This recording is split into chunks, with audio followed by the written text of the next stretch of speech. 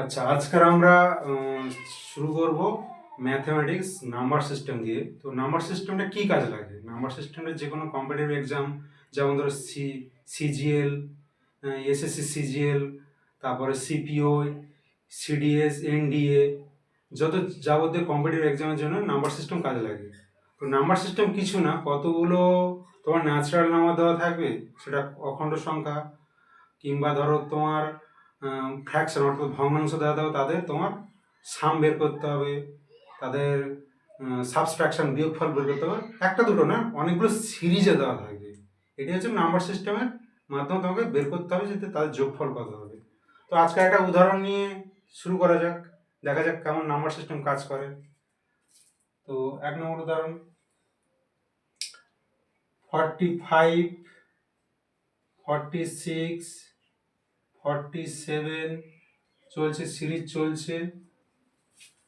113, 114, 115। মনে করো এই পর্যন্ত সিরিজটা দেওয়া আছে, তোমার এই সিরিজের যোগফলটা কত হবে সেটা তোমাকে বের করতে হবে।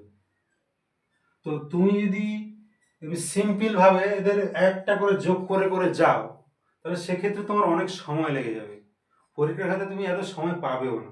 তার জন্য কিছু প্রসেস আছে, সেই প্রসেসের মাধ্যমে আমরা যদি যাই, তাহলে আমরা অল্প সময়ের মধ্যে বের করে ফেলবো। হয়তো আমি এখানে বোঝাচ্ছি বলে একটু সময় বেশি আছে, কিন্তু যখন আমরা যত বেশি প্র্যাকটিস করব, খুব কম সময়ের মধ্যে আমরা বলে দিতে পারবো এই সিরিজের যোগফল কত হবে।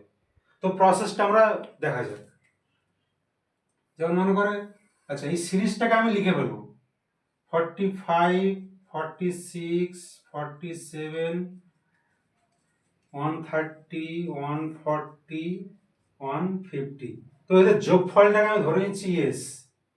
আমি এখন এসটা কত হবে সেটা বের করব। আচ্ছা দেখো, আমরা যদি 1, 2, 3 এদের যোগ করি, যোগফল কত হবে? 6 হবে। আমি যদি আবার রিভার্স ভাবে যোগ করি, 3, 2, 1, মানে রিভার্স ভাবে লিখলাম, তাদের যোগ করলাম, যোগফল সেই 6 হবে। অর্থাৎ যোগ যেহেতু কমিউটেটিভ প্রপার্টি হোল্ড করে, সেই কারণে এটা সম্ভব, কিন্তু বিয়োগের ক্ষেত্রে এটা সম্ভব না। তো আমরা সিরিজটাকে রিভার্স ভাবে লিখছি। কি হবে? 115, 114, 113 সিরিজ চলছে। তাহলে এটা যাবে, এইটা যাবে এখানে 47, প্লাস এইটা আসবে এখানে 46, এইটা আসবে এখানে 45। তাদের যোগফলও সেম এস হবে। তাহলে টোটালটাকে যোগ করব। তাহলে যোগ করলে কত হচ্ছে? 160। যোগ করলে কত হচ্ছে? 160। যোগ করলে 160। এভাবে যোগ করতে করতে যাব। এখানে মাঝখানে কিন্তু সব 160 160 160 করে আছে। এখানে কত হবে? 160। এখানে কত হবে? 160। এখানে কত হবে? 160। আর এস এস যোগ করলে, দুটো এস যোগ করলে কত হবে? 2s।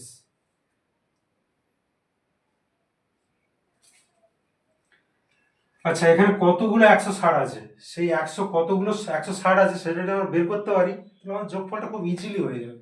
তার জন্য আমরা কি করব, এই সিরিজটার যতগুলো টার্ম সংখ্যা আছে, অবভিয়াসলি এইটার ততগুলো 160 আছে, তাহলে কতগুলো টার্ম আছে সেটা বের করতে জন্য কি করব, এই সিরিজের প্রথমে কে আছে, শেষে কে আছে, সিরিজের শেষে কে আছে? 115। এই সিরিজের প্রথমে কে আছে? 45। তাহলে 115 থেকে 45 বাদ দিয়ে দাও, কত হচ্ছে? 70। 70 যে বিয়োগফলটা বেরোবে তার থেকে তুমি 1 যোগ করে দেবে। কেন? মনে করো এই একটা সংখ্যা আছে, এই একটা সংখ্যা আছে, এই একটা সংখ্যা আছে, এই একটা সংখ্যা আছে, তাহলে কতগুলো পদ আছে? তুমি যখন এখান থেকে এটা বিয়োগ করছো, যখন এখান থেকে এটা বিয়োগ করছো, জাস্ট এই ডিস্টেন্সটা পাচ্ছ। আবার এখান থেকে এইখান থেকে যখন এই বড় থেকে ছোট যখন বিয়োগ করছো, ডিস্টেন্স পাচ্ছ, বড় থেকে ছোট যখন ডিস্টেন্স পাচ্ছ, তাহলে কতগুলো ডিস্টেন্স পাচ্ছ? একটা, দুটো, তিনটে। কিন্তু আমি যদি বলি কতগুলো টার্ম আছে, কি করতে হবে? দেখো কতগুলো টার্ম আছে, একটা, দুটো, তিনটে, তাহলে কি আর একটা বেশি, 4। তাহলে কিছু না, যে যতগুলো এ বেরোলো, পদ বেরো, তার সাথে 1 যোগ করে দাও, তাহলে কত হলো? সিমিলারলি বিয়োগ করলে যে বিয়োগফলটা হবে তার থেকে এক যদি যোগ করে দিই তাহলে ততগুলো টার্ম সংখ্যা আছে। তাহলে আমার যেহেতু 70 বেরিয়েছে, এক যোগ করে দেবো তাহলে 71, তাহলে কতগুলো টার্ম আছে? 71 খানা আছে। তাহলে 71 ইন্টু 160 কত হচ্ছে? 2s।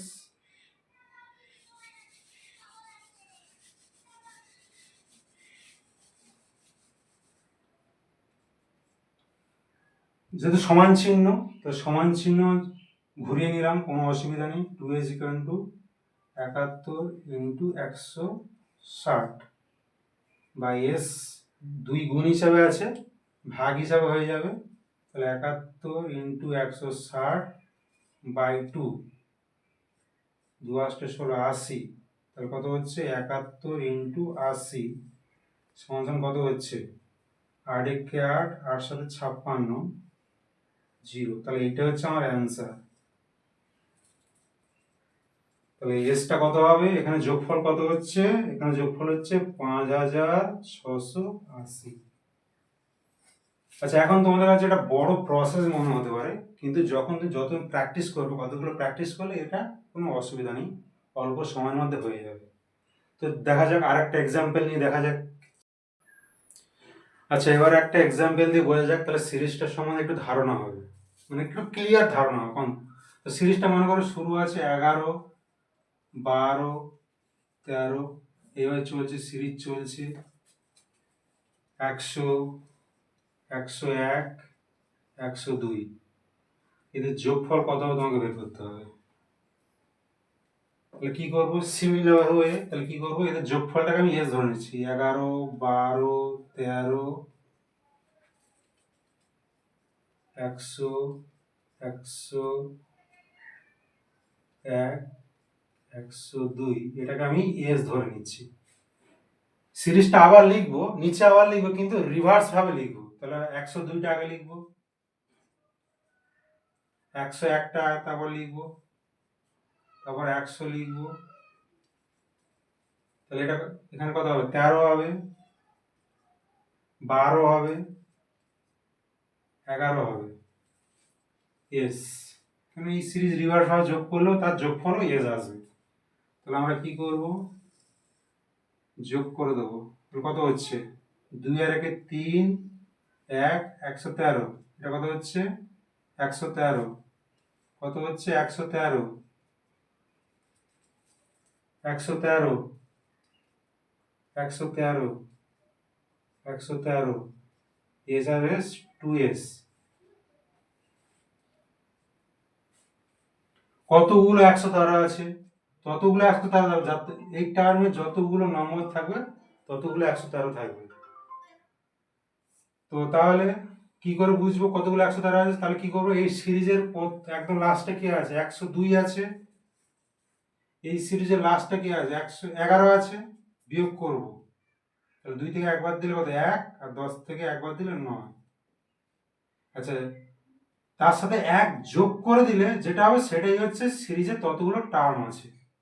তাহলে আচ্ছা, বিয়োগফলটা আগে দিন, 2 থেকে 1 দিলে 1, আর 10 থেকে 1 দিলে 9, 91, আর 1 যোগ করলে 92। তাহলে কত হচ্ছে? 92টা 113 আছে, ইকুয়াল টু 2s।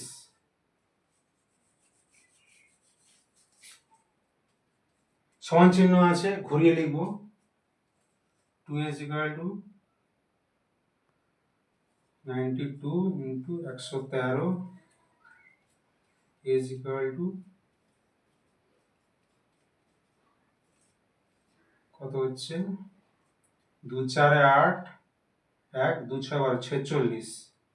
46 ইন্টু 113। এবার আমাদের এটাকে আলাদাভাবে গুণ করতে হবে। 113, 46, 6 3 18, আর 6 কে 6, 7, আর 6, 4 3 12, 2 হাতে আছে 1, 4 কে 4 5, 4, 8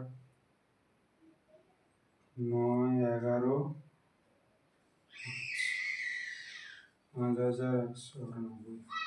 চার দেখে নাও ঠিক আছে কিনা।